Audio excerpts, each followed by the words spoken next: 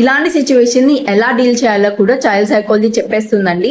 So parents ఇది చాలా important అండి, జాగ్రత్తగా వినేసేయండి అండ్ ఈ రీల్ ని సేవ్ చేసుకోండి. మళ్ళీ కనిపించకపోవచ్చు అండ్ ఎవరికైతే ఇంపార్టెంట్ అనుకుంటారో వాళ్ళకి షేర్ కూడా చేసేయండి. అండ్ ఇంకా ఇలాంటి విషయాలు తెలుసుకోవడం కోసం ఖచ్చితంగా ఫాలో చేసేయండి. అసలు ఇలా పిల్లలు బిహేవ్ చేయకుండా ఉండటానికి కోసం చైల్డ్ సైకాలజీలో ఒక చిన్న థియరీ ఉందండి, ప్రివ్యూ థియరీ. అంటే మనం షాపింగ్ కి లేదా బయటికి వెళ్ళిన తర్వాత ఏది చేస్తామో ఏమి చేస్తామో పిల్లలకి ఇంట్లోనే ముందు వెళ్ళక ముందే ఎక్స్ప్లెయిన్ చేయటం.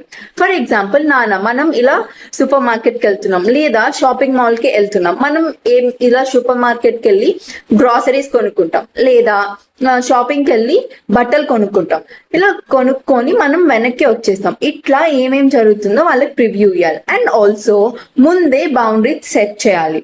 ఆ ప్రివ్యూలో నువ్వు టాయ్స్ కానీ చాక్లెట్స్ కానీ అన్హెల్దీ ఫుడ్ కానీ ఏది అడగకూడదు. అడిగినా సరే నేను కొనిపెట్టను, ఎందుకంటే అన్హెల్దీ ఫుడ్ హెల్త్కి అస్సలు మంచిది కాదు. అండ్ ఆల్సో మనకి ఇంట్లో బోల్డ్ అండ్ టాయ్స్ ఉన్నాయి, సో అందుకని చెప్పి వేస్ట్ చేయకూడదు, ఏది అనవసరంగా ఏది కొనుక్కోకూడదు. So that's why I'm not buying you, నేను నీకు ఏది కొనిపెట్టట్లేదు.